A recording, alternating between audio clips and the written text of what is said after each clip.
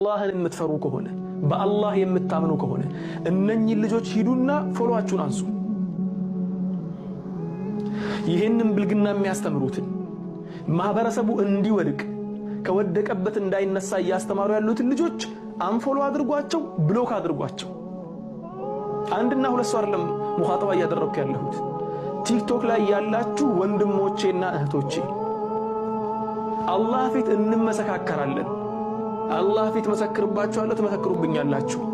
እነኚህ ብልግና የሚያስተምሩትን ከፕል ምናምን እያሉ ሴትና ወንድ ሆነው መተው የሙስሊም ማህበረሰብ ነብዩ ሰለላሁ ዐለይሂ ወሰለም የዚናን ክፋት ያስተማሩትን إن الذين يحبون أن تشيع الفاحشة في الذين آمنوا لهم عذاب أليم في الدنيا والآخرة نبي الله سبحانه وتعالى بقرآن ሲናገር መጥፎ ተግባራት ዚናን የመሳሰሉ መጥፎ ተግባራት የሙስሊሙ ማህበረሰብ ውስጥ እንዲንሰራፋ በደንብ እንዲስፋፋ የሚሰሩ ሰዎች ቲክቶክ ላይም ይሁን ፌስቡክ ላይም ይሁን መሬት ላይም ይሁን ይሄን ነገር ፕሮሞት እያደረጉ ፈንኮ እየሰሩ ነው፣ ቀልድ እየሰሩ ነው።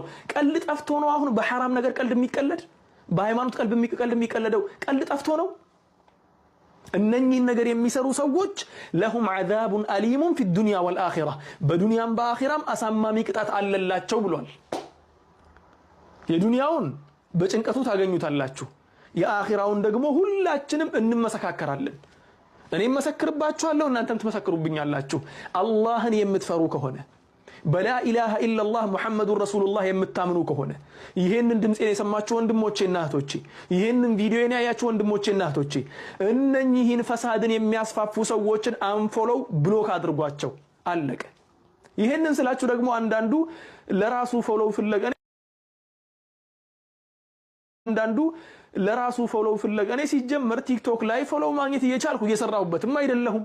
ከፎሎው ዓለም ውጭ ነው ያለሁት ስላልተመቸኝ ጊዜም ስለሌለኝ እዚህ ላይ የማጠፋው ጊዜም የለኝም ሲጀመር። ዛሬ ግን የደረስንበት ሁኔታ አሳዘነኝ በጣም። ለምን? ለቀጣዩ ትውልድ እናንተ ልጆች ነው እያሳዘነኝ ያለው።